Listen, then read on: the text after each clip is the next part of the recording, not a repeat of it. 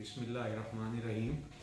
आज हम अपने दूसरे हिस्से के साथ आपकी खिदमत में हाजिर हुए हैं, जो कि हम लास्ट टाइम डिस्कस कर रहे थे लिवर सिरोसिस की अलामात के बारे में आपको बता रहे थे, जबकि इस दफ़ा हम आपको लिवर सिरोसिस की जो कॉम्प्लिकेशंस हैं यानी पेचीदगियाँ हैं उसके बारे में बताएंगे और उसके मुतालिक थोड़ी बहुत जो एहतियातें हैं उसके बारे में बताएंगे। तो सबसे पहले जो जनरल मेजर्स आपने देने हैं किसी भी पेशेंट जो कि सिरोसिस का है, उसने सबसे पहले जो कुछ मोटी मोटी बातों का ख्याल रखना है। उसके अंदर सबसे जो पहली चीज़ है वो है अल्कोहल। अल्कोहल यानी कि शराब नोशी आपने कतन नहीं करनी। जो भी बंदा इस सिरोसिस का पेशेंट है उसके लिए शराब नोशी ज़हर कातिल का काम करती है, वो उसके लिवर को मज़ीद डिसफंक्शन की काज बनती है। और उसके अलावा आपने साल्ट जो है यानी कि नमक उसका इस्तेमाल कम कर देना है। ये जनरली कोई भी बॉडी की एडिमेटिस कंडीशंस हैं यानी कि जिसमें जिस्म की फुलावट होती है उसमें हमने नमक का इस्तेमाल कम करना होता है। ये जनरल मेजर्स हैं। उसके अलावा जी अगर ये सिरोसिस का पेशेंट जिसको डॉक्टर बता देता है कि ये पेशेंट जो है वो जिगर के सुकड़ाव या सिरोसिस का है, तो उसके लिए वैक्सीनेशन जो है वो ज़रूरी हो जाती है। यानी अगर वो हेपेटाइटिस सी का पेशेंट है तो उसके लिए हेपेटाइटिस बी की वैक्सीनेशन, ए की वैक्सीनेशन और उसके अलावा इन्फ्लुएंज़ा की और नीमोकोकल वैक्सीनेशन जो है वो उसको करवा लेनी चाहिए। उसकी ड्यूरेशन जो है कितनी देर के बाद करवानी है वो आपको आपका मुआलिज या डॉक्टर बताएगा। उसके अलावा अपनी जो डाइट है उसको बैलेंस रखना ज़रूरी है। उसके अंदर जो अमूमन मिथ्स हैं, जो कॉमन कॉन्सेप्ट्स हैं कि उस पेशेंट को गोश्त नहीं खाना चाहिए या अंडे नहीं खाने चाहिए, गर्मी होती है जिगर की तो ये और ज़्यादा गर्मी पैदा करते हैं, ये बिल्कुल गलत है। इस पेशेंट को भी प्रोटीन की उतनी ही ज़रूरत होती है जितनी कि बाकी के नॉर्मल इंसानों को होती है, बल्कि उससे भी कुछ ज़्यादा होती है। सो इसके लिए पेशेंट को एग्स वाइट लेना चाहिए यानी जो अंडे की सफ़ेदी है वो लेनी चाहिए। उसके अलावा गोश्त की एक प्रॉपर मुनासिब मिकदार जो आपको आपका मुआलिज बताएगा कि आपके लिए इतने ग्राम डेली गोश्त जो है वो ज़रूरी है।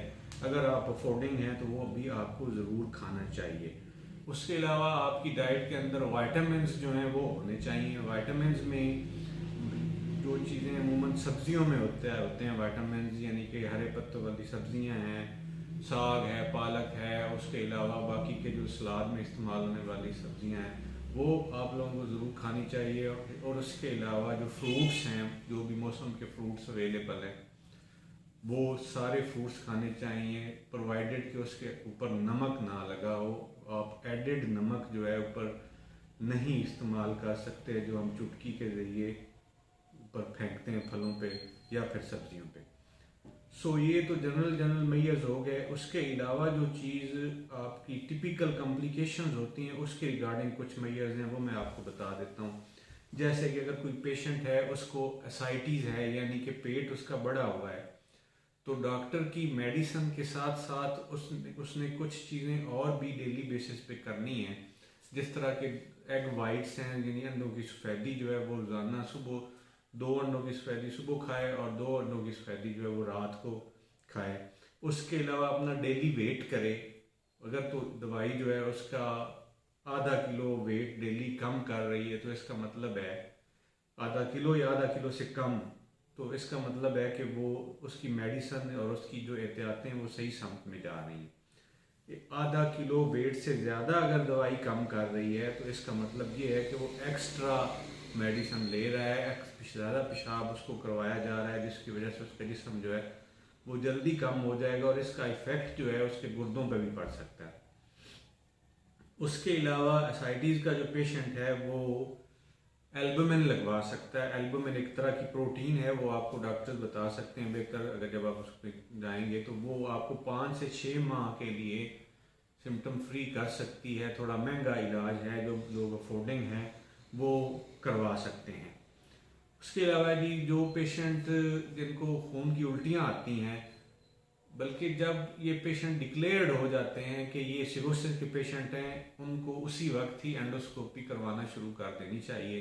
जो 1 माह या 1 माह से तकरीबन 1.5 माह के अरसे में के अंदर दोबारा रिपीटेडली 3 से 4 दफ़ा होनी चाहिए बार बार, ताकि उनकी सारे जो मैदे के अंदर ज़ख़म हुए हैं इस सिरोसिस की वजह से वो सारी उनकी बेंडिंग हो जाए, वो सारे बंद हो जाएं और नए ब्लीडिंग के चांसेस जो है वो ख़त्म हो जाएं। तो जो ही सिरोसिस का डायग्नोसिस होता है साथ ही एंडोस्कोपी स्टार्ट कर देनी चाहिए। इस चीज़ का वेट नहीं करना चाहिए कि ब्लीडिंग होगी तो उसके बाद एंडोस्कोपी होगी, क्योंकि हर ब्लीडिंग के बाद लाइफ एक्सपेक्टेंसी जो है वो कम हो जाती है बंदे की।